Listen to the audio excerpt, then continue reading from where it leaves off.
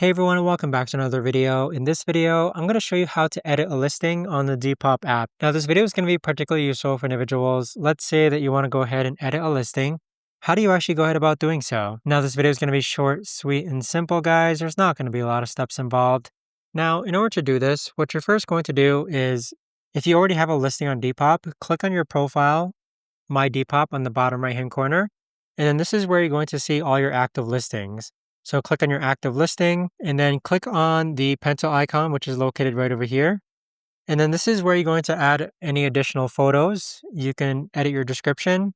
You can enter more information. You can set the quantity, change the price, etc. And then click on save. Additionally, if you wanted to, you could actually delete this listing as well.